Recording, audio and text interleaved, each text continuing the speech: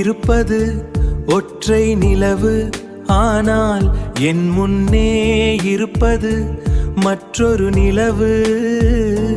அங்கே நிலவுக்கு மறு உருவம் தேடுகிறாய் என் கண்ணே, உனக்கோ எப்போதும் முறைப்பிறை.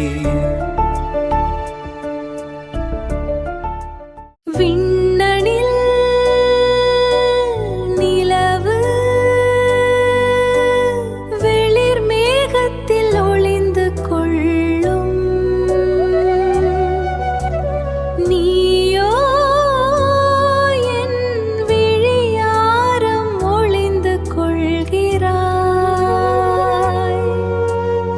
இரவின் நிலவை யாரவரும்